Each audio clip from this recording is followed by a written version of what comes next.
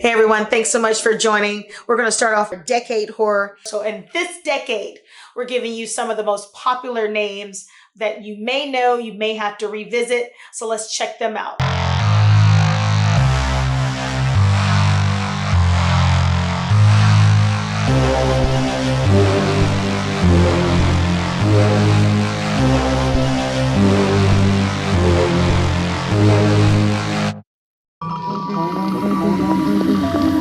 The House That Dripped Blood, 1971.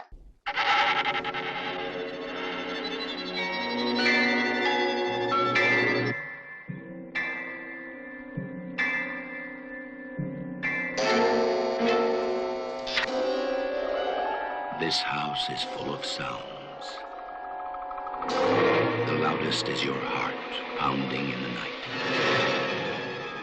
The softest is the sound of terror.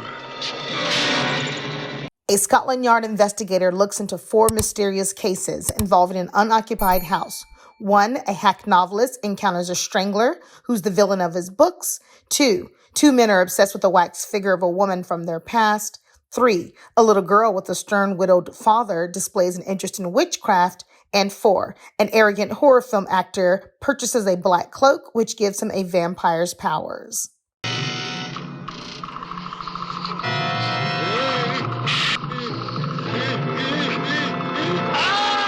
Vampires, voodoo, vixens, and victims.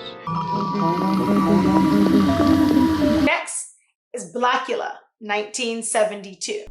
You shall pay, Black Prince. I curse you with my name. You shall be Blacula. An 18th century African statesman is transformed into a vampire, cursed with the name Blacula and entombed in Dracula's castle. 200 years later, his coffin is transported to LA, where he awakes with an unquenchable thirst for human blood. Hot, fresh blood will quench his awful thirst. Make it a Bloody Mary. As Blacula pursues a woman who resembles his long-dead wife, her brother-in-law, a pathologist, investigates the string of carnage that follows in the vampire's wake. The Exorcist, 1973. Somewhere between science and superstition, there is another world. The world of darkness.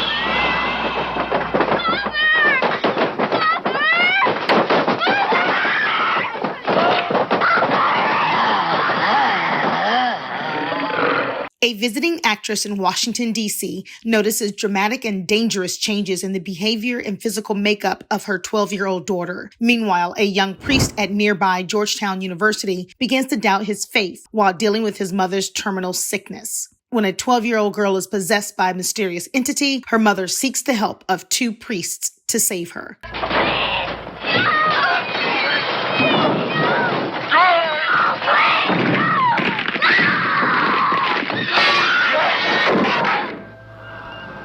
The one hope. The only hope. The Exorcist.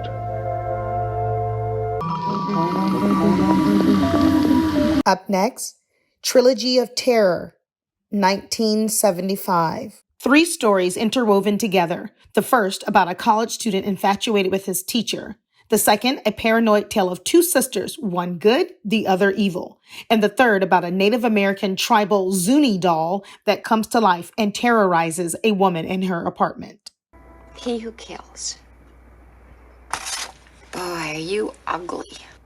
Trilogy of Terror. 3 stories interwoven together. Terrorizes a woman.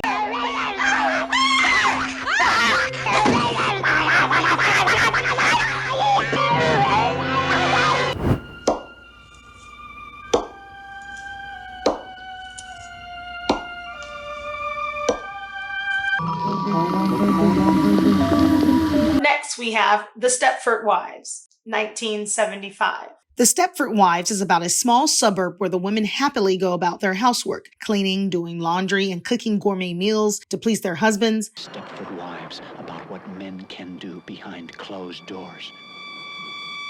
They were telling me about the men's association. Right now, it's strictly men only. Not to mention that creepy men's association. Unfortunately, Bobby and Joanna discover that the village's wives have been replaced with robots. I'll just die if I don't get this recipe. It took me so long to get the upstairs floor to shine. Charmaine's changed, Carol Van Zant's changed, and so have all those other women's club members. I'm getting the hell out of Stepford. And Joanna's husband wants in on the action. Joanna discovers there lies a sinister truth in the all too perfect behavior of the female residents. The Stepford Wives, where the women happily go about their housework, have been replaced with robots. You have a date with Carrie. Carrie, 1976. It's the night of the senior prom. The Bates High School gym is alive with excitement. Everybody is there, even Carrie White, the girl no one likes. We're all sorry about this incident, Cassie. It's Carrie! High school senior Carrie White is a social outcast, largely due to being unwise to the ways of the world based on her upbringing. Her mother, Margaret White, is a religious fanatic. The only adult who tries to help Carrie with her life is her phys ed teacher, Miss Collins, and another student, Sue Snell. For Carrie, it will be a dream come true. For everyone else, it will be a nightmare.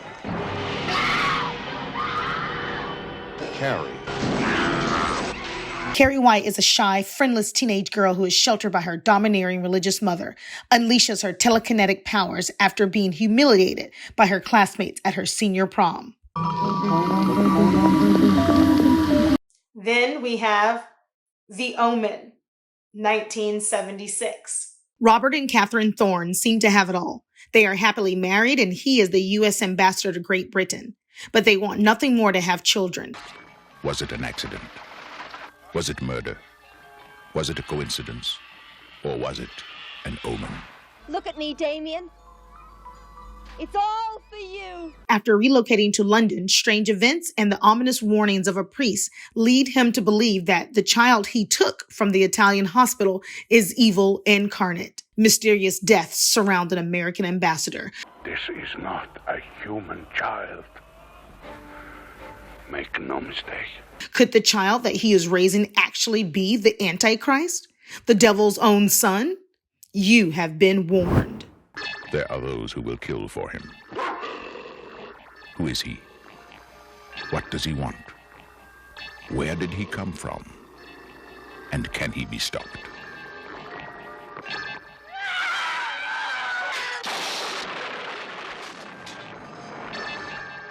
Gregory Peck, Lee Remick, The Omen.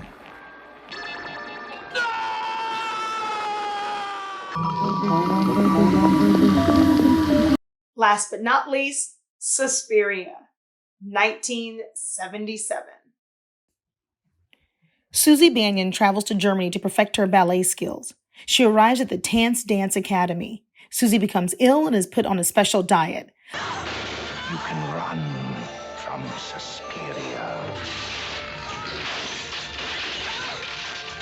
A bit of research indicates that the ballet school was once a witch's coven. Susie realizes that the school is a front for something sinister. But you cannot escape. Suspiria. The only thing more terrifying than the last 12 minutes of Suspiria are the first 92. Thank you guys so much for watching our 1970s decade horror. Again, this is just a small snippet of some of the horror films that came out, some of the most popular horror films that came out. So we encourage you to watch them or revisit them if you have not seen them in a long time. But these are some of our favorites right here on our channel. So make sure that you subscribe, like, and share, and we'll see you tomorrow.